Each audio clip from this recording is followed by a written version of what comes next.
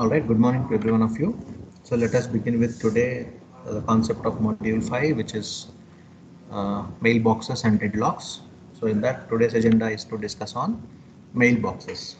Okay, as we all know, the mailbox is the repository.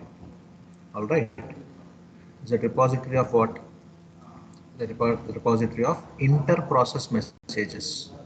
So which means the process P1 and to process P2. Let us say, for example, the connection between these two processes.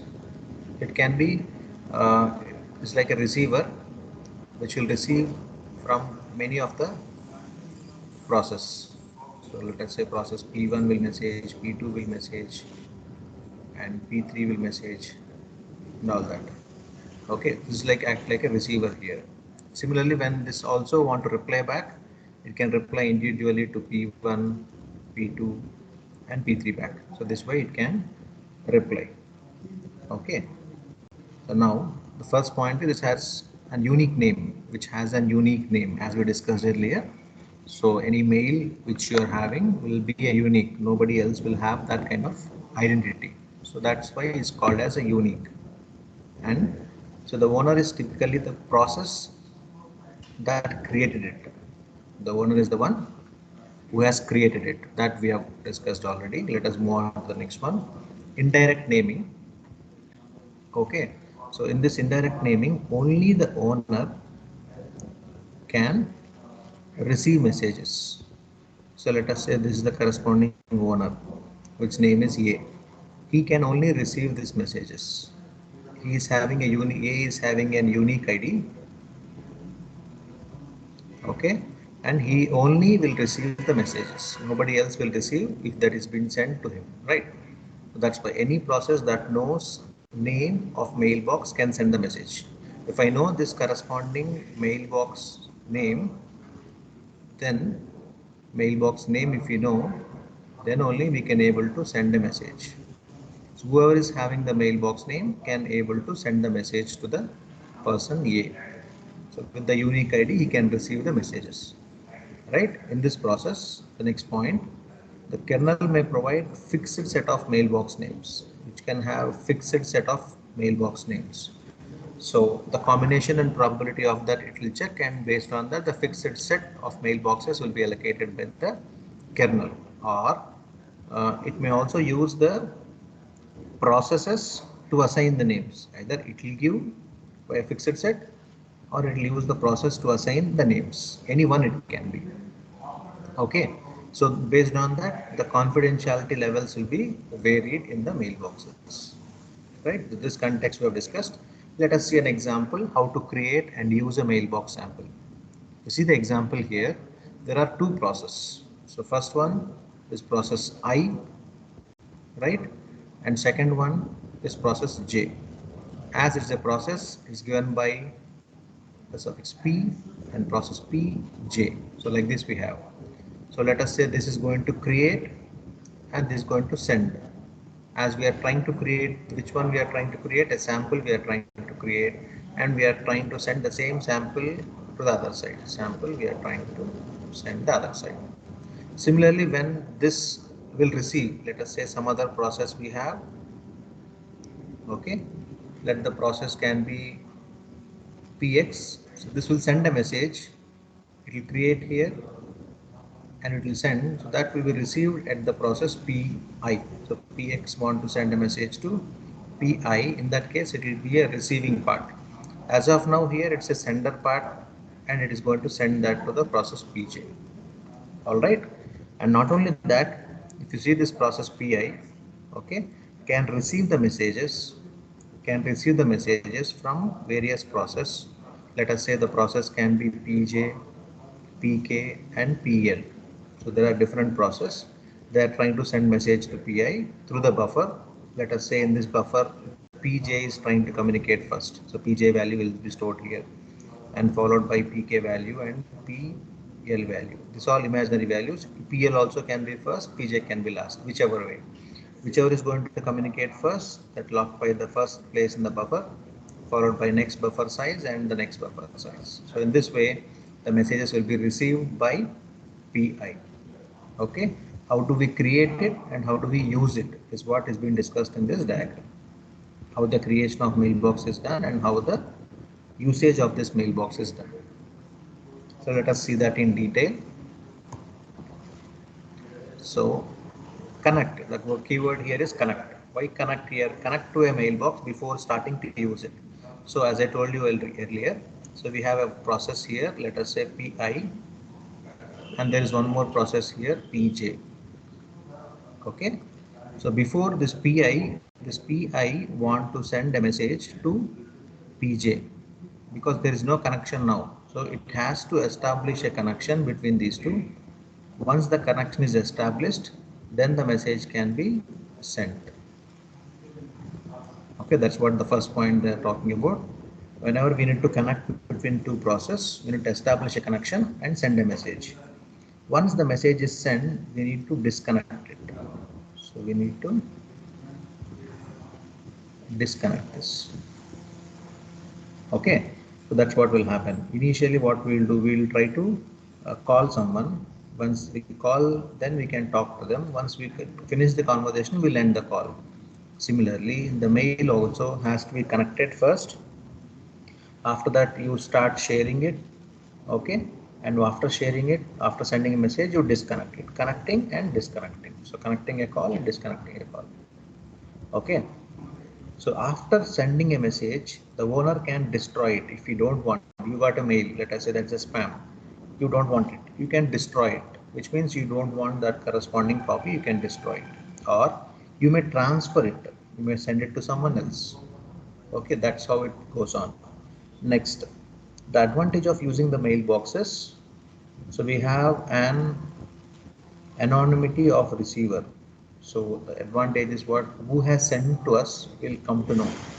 Before, there is no mailbox concept, you will receive something, but who has sent, we don't know. Anonymous message you will get. Let us say you got a message in mailbox. Definitely it will show there the person name and the person email ID, so that you know you have some identity to find out. So anonymity of receiver will be revealed by using the mailbox concept. First point. And second point is what we can have a classification of message. Okay, so we can do different classifications, like important message will be given by important message, or will be given by labeled message, or will be given by spam, so labeled message, and also will be spam. Like this we can able to categorize them. That's the advantage of using this mailbox concept. Okay, example, let us try to understand one example of mailbox. So let us assume like airline reservation system. If you want to travel by air, if you want to travel by air, right? Okay, what you want to do, you have to book the ticket, correct? So airline reservation system is an example for mailbox. Let us see what will happen in that. A set of booking process. So we'll have a booking process. We'll have a different classes here. Let us say we have economy class, we have business class. So like that we have different set of booking process. We need to reserve it. Okay, which serve wishes to process. We also can cancel that. Once you book one slot here, if you want to cancel, you can cancel before the bookings get closed. Okay, so all this process what we do in the airline ticket booking. Even you take train reservation or bus reservation, whatever you take, that's an example of a kind of mailbox. Okay, so let us see now what is an example here. Airline reservation server using three mailboxes. So what is that? One for inquire, one for booking, one for cancel. Somebody may inquire the seats. Inquire means what? I'll open the reservation counter and I'll see which seats are available. Let us say you have separate seats here. Okay, which seats are available? I'll check. So that is your first one, inquire. Okay, I've checked the availability. Let us say this 1, 2, 3, 4 seats are available. I want to book this third seat. So I'll book that seat. So that is your second process. After that, you have made your mindset changed. I don't want this third seat. You want to change to second one. We can cancel off this. We can cancel off this third seat reservation. So this booking will get cancelled and this will be made free to book for someone else, and you can book other ticket, or you don't want to travel, you cannot book anything. Okay, so this is the process what will happen. Let us see now. So repeat. So while we know that while is a continuous loop. Okay, in this what we have, we need to book. Let us check the flags in the message area. So we need to make sure that the slots are free to book. So the slot is free to book. Then we need to be able to check whether we can able to book it or not to book that. So then while again it's a continuous looping. While cancel, I will cancel. Flag 2, flag 1 we have, and flag 2 we have. Flag 2, message area 2, message area 2. While receive, here also you see here this is for booking. So this message what we have is for booking. It will check for keep on whether which one is booked. This one will check for a cancel status. When you cancel any ticket, that corresponding flag should affect. Okay, so returns a message, because whenever you try to book a ticket, whatever ticket you have booked, right, that message has to come to you. So returns a message, you have booked a ticket, so on so ticket, and so on so time, so on so flight name, all the details will be sent to you by default, correct? So that's the concept of reserve. Similarly, whenever you cancel any ticket, you also will get a message by default. Okay, that is your return the message. So these two are examples of your mailboxes. Are you understanding? Anytime when you do a transaction online, right, for booking a tickets, or now we have online payments. When you do anything, you'll get a message stating that so and so transaction is being done, or so and so transaction is received. If the transaction is failed, you need to get a cancel message. Any one has to come. Either should get a receive message or should get a cancel message. Okay. So this next is process process the booking. If let us say the receiver side who is going to inquire whether that corresponding seats are available or not based on the flags what you have. We have a different message area. You see this one, message area 1, message area 2, and message area 3. The 3 one is for inquiring, that's all. 1 is for booking, 2 is for cancellation, 3 is for inquire. So it has to send a return message that, let us say you try to book the tickets and your desired ticket is not available. Then what you're going to do, you will set a message that when this available, let me know. Then when the ticket was available, it will inform you, right? Now this is for again cancel. While receive cancel, sorry, 1 second. Yeah, so when you receive a cancel message,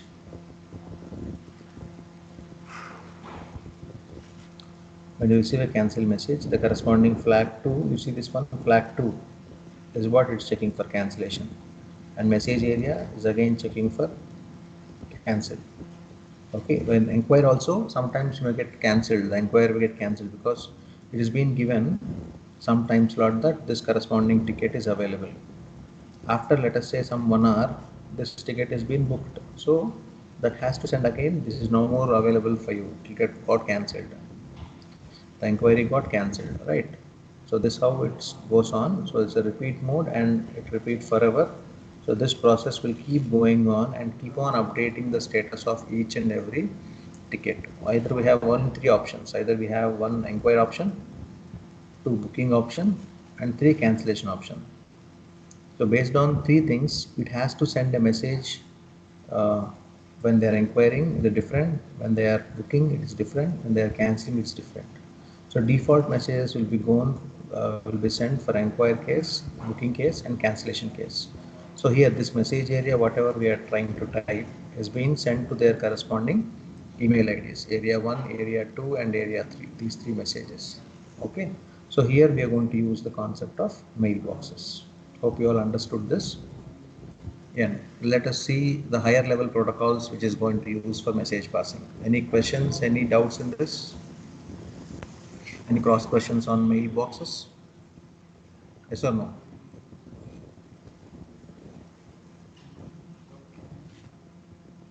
So let us look at that. See this one here. There are three different things. Higher level protocols which are using the concept of message passing. What are the protocols? SMTP is one protocol. RPC, remote procedure call is second protocol. Parallel virtual machine, three protocols. Okay, SMTP, RPC, and PMV. So these are three different protocols which are going to use the concepts of message passing. So simple mail transfer protocol is called SMTP, which will deliver this the concept where we are going to deliver the electronic mail. We have an email, right? The email will be sent by using SMTP protocol. SMTP protocol is going to help us in sending an email. Okay, RPC procedure is like remote procedure call. So this is based on the programming language, and it is going to be useful for us in distributed computing. Whenever we are trying to use the computing in distributed manner, this RPC is going to help. Let us see how it is going to help. It is going to invoke the corresponding program that it is located on a different computer, which means the program is not there in the same computer. It is going to invoke from the different computer. Let us say you are trying to do something here, and this information what you are trying to do, let us say you are trying to do online, right? From there on, that will be updated to the server. Okay, the information 1 will be updated in 2, from 2 it will be updated in 3. So it will be done in remote manner. That's why it's called distributed manner. You are not communicating directly to this, but you are communicating in a different manner. That's why it is a distributed manner. The approach is a distributed approach, remote procedure call. And let us see next one, parallel virtual machine. So parallel virtual, the name itself says that it's been done parallelly. It's been done parallelly in a virtual mode. That's why the word parallel and virtual. Okay. So with the help of this MPI, which is message passing interface. So this MPI, the message passing standards for parallel programming. The parallel programming is being done by using MPI, which is message passing interface. So the things will be done in parallel and will be done in virtual mode. So that's why it is parallel virtual machine, and by using the concept of message passing interface, we are able to set up the standards and the programming will be done parallelly. So these are the three different things of higher level. Let us see one by one. First one what we are seeing is SMTP, simple mail transfer protocol. Okay, so this is useful for us in delivering an electronic mail. Whenever you are trying to send an email, this SMTP is useful for us. Okay, and it can use maybe one or many users. This may have one user or many users, we do not know. Let us say two people are communicating one to one. Okay, or many people are communicating. One person is going to communicate to many people. He can forward the message. Let us say if I want to forward the message to all 60 of them, I may communicate between 60 of the students. Or I want to communicate only one mail to one of you, I can communicate. It can be one or it can be many. This is one case, I'm sending it here. This one is many case. So I may send that corresponding SMTP for one of them, or it can be for many of them. All right. So it depends. It is for one or it is for many. Okay, and this is been using in the form of asymmetric naming. The naming convention of this one is not symmetric, it is an asymmetric naming convention, and we also can use this to deliver the email. We can deliver the email across a number of interprocess. So that is called as IPCEs, interprocess communication environments. We call it as IPCs, interprocess. Interprocess means there are multiple number of processes. We need to communicate from one to one, and we are trying to establish the communication, and that corresponding environment we call it as IPCEs. Okay, this is what is happening in SMTP. This SMTP also will have different kinds of commands. One command is mail command, RCPT command, and data command. There are three commands what we have.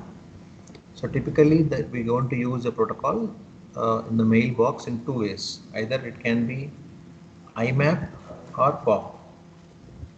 What is IMAP? Internet Message Access Protocol. We're going to use in this, or we can use the concept of post office protocol. So these two are the typical concepts what we are going to use in the SMTP. So the simple SMTP, simple mail transfer protocol, is been useful for us in mailbox. Okay. So mailbox is what mainly useful for us in exchange of information. So this been useful for exchange of information. Where is going to exchange the information? Among a process to process. So among one process to other process, we are trying to exchange the information without shared memory. We don't have any shared memory, but we are trying to exchange the resources. Nowadays we have shared memory concept also involved. You may share a drive, right? You may share a file like that, but in this case we are not sharing. We are trying to communicate information, exchange of information we are trying to do. So where it is useful in microkernel level operating systems. Whenever you are trying to use this mailboxes, it has been helpful for us in microkernel level. It's a kind of client server based computing. The computing what we have in this is a client server based computing, and with the basic concept of mailbox, we can also adopt higher level computing protocols like we have seen, right? What are the higher level protocols? SMTP, RPC, PMV, all that. We can use that concepts also in the operating system with the help of mailbox concepts, and we can do it parallelly, and we can also do it in distributed manner. So distributed manner is what directly I'm not going to communicate. One change I'm going to do here in this system will affect another system. Okay. So this can be done in three ways: symmetric way, asymmetric way, and indirect way. We can do it. This sender or receiver naming, the naming of them can be done in a symmetric manner, asymmetric manner, or indirect manner. Any of the manners we can do it. As we have seen earlier, the higher level protocols example is SMTP, RPC, PMV, and MPI. So this was the summary of this mailboxes. So any questions in this mailboxes? Hope you understood this concept of mailboxes.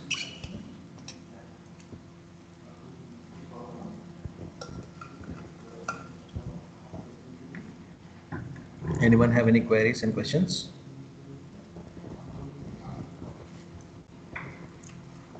Okay, let me put up the slide question. How many of you have heard the word deadlocks? Have you heard this word deadlocks? You can raise your hand if you have heard the word deadlocks. Have you heard about this concept? Any idea about this deadlocks? You can just raise your hand if you have heard about these deadlocks.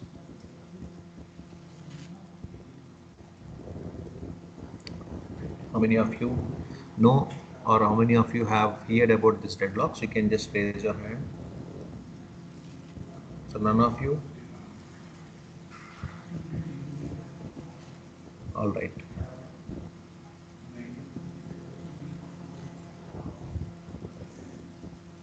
Right, let us begin the concept of deadlocks. Let us see the definition of this deadlocks. The definition of deadlocks: a situation involving a set of process. A situation involving a set of process. Let us say the process is D, in which each process Pi in D satisfies two conditions. Let us say, see this one, this is a complete set. In this we have one set of process. Let us say this set is called as D.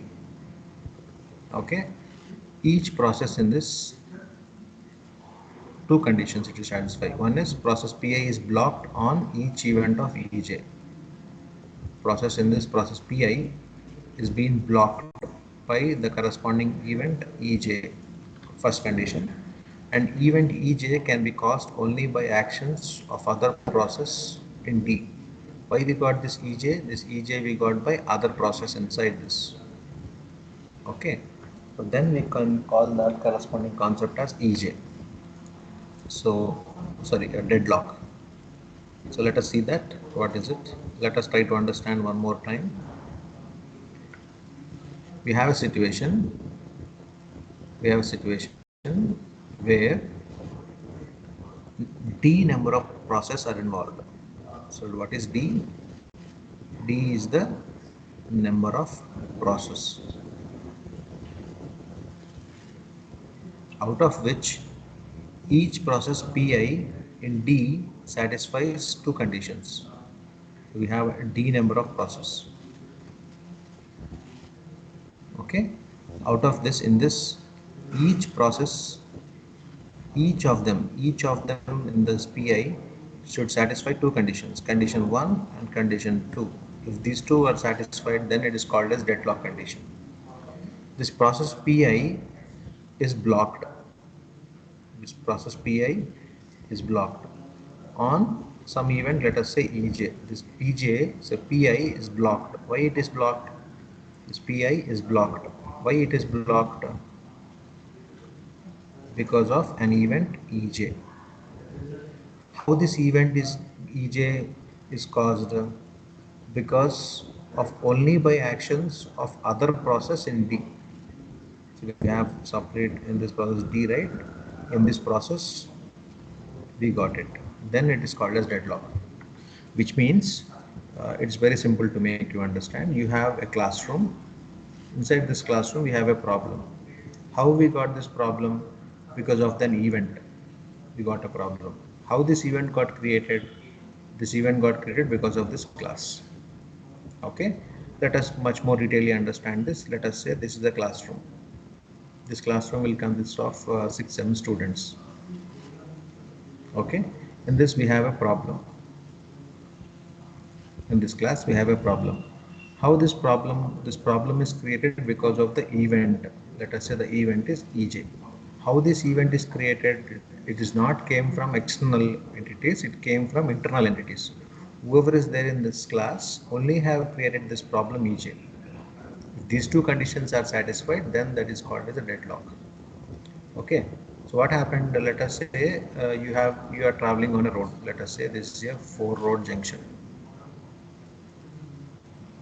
Okay, it's a 4-road junction. There are two cars coming up this side, cars coming up here, cars coming up here, and all the way it is getting blocked. Let us say we have different vehicles here coming up. The vehicle is got here, one vehicle is got here, the other vehicle is here, the other vehicle is here, the other vehicle is here. Complete road is getting blocked. None of the vehicle can move. Okay, which means this complete the process is what you need to make the vehicle to go this side. One vehicle will want to try to go this way, this also want to go to this way, or like that. Whichever way the vehicle want, it can go. All 4 sides in this junction.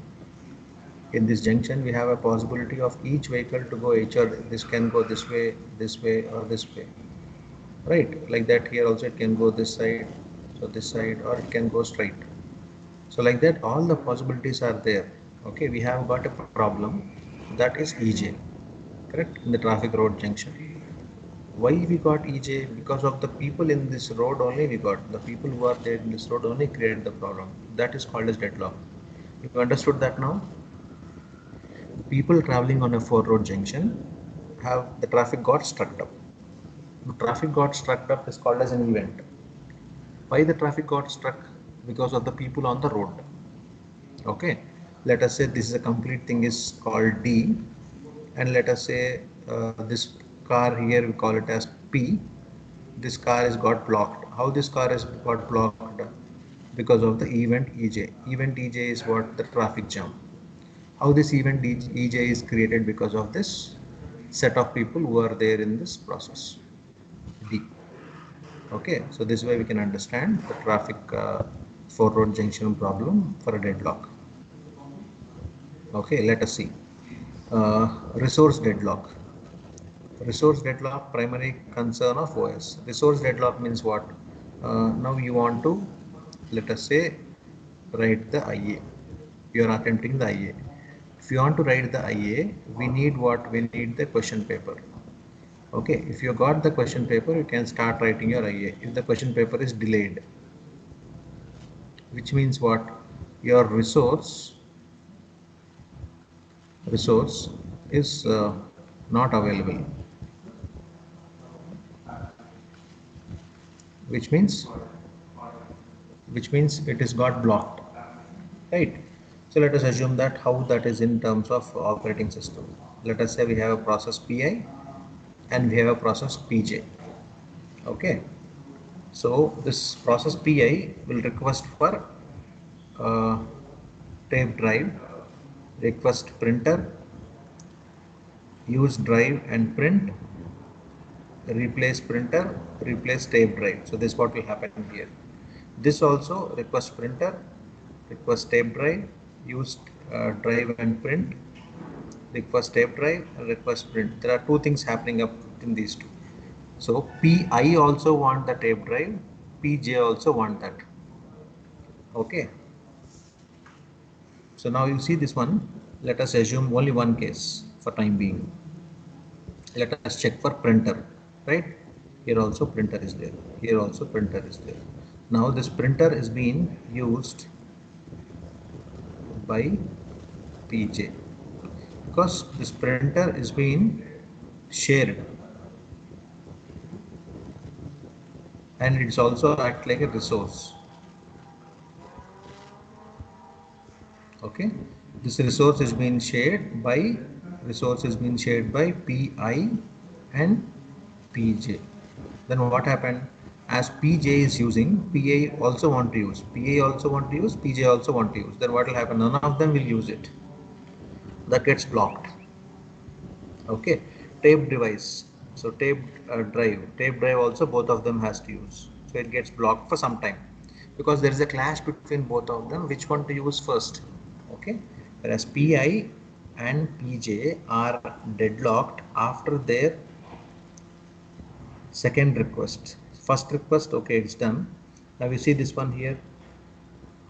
In this case, both of them have got a tie. Which one to use? In this first case, it is using tape drive. It is using printer. Okay, the resource is free here. It is been allocated. Resource free here for tape drive allocated. Now here it want printer, it want tape drive. Here also okay. But now here it want to use both, has to use same. The use of tape drive and printer here. And here also it has to use the tape drive and printer. Both it want to use. Now the resource got deadlocked. None of them can use it, both of them want to use, then which one we should give the resource? So deadlock can also arise in synchronization and message communication. Okay, this can happen with the synchronization and message communication also. This kind of deadlocks will happen. You understood an example of how deadlock will appear, right? Next. So deadlock in resource allocation. How this deadlock will appear in resource allocation? Okay. So this operating system will have several kinds of resources. Let us say, for example, it can be printer, it can be keyboard, it can be mouse, or whatever we have resources, we have a different kinds of problems, right? So this OS may contain several resources of a kind. Resource unit refers to a resource of specific kind. The resource can be classified in a different way: input resource or output resource or processing resource. So based on the class of the resource, what we have, the collection of this will change. Let us see second point here. The resource class to refer to the collection of resource units of a kind. There are different kinds of resources. Okay. The resource allocation in a system entails three kinds of events. What is that? Request for a resource, actual allocation, release of resource. We have a resource available. Let us say this resource is printer. Okay. There is a request from two of them. PJ is requesting, PI is requesting. So here there is a clash of resource request. And the printer has to be given for PI as well as PJ. In this case, there is a clash of actual allocation. And which one it has to release? It has to release here first or it has to release here first. That's a problem for release of request. Okay, release of resource. Right? While allocating we have a problem. While requesting we have a problem. While releasing also we have a problem. Okay. Now, a released resource can be allocated to other process. Once we release this resource, then we can able to give that to other kind of process. Okay. So let us continue this from the next class, how this resource allocation will be done. Okay, we based on request, based on allocation and based on release, all these three. So let us go through this in the upcoming class, right? Meanwhile, you can go through this one by one. Resource allocation, resource request, and resource release. So these are the three types of events what we have in resource allocation. All right. So with this note, I would like to conclude today, and we'll discuss much more detail in the next lecture on how these deadlocks are being with the conditions, how do we model them, right? So these discussions will carry out in the next session. All right. So let us summarize this for today. So about the deadlocks. So deadlocks will happen. This is a basic definition how the deadlocks is going to happen, and one example of that deadlock is being discussed here. And further, there are three different types of allocation. It can be based on request, or based on allocation, or based on release. Okay. So with this note, we'll conclude for today's session. Any doubts and queries, you're open to discuss.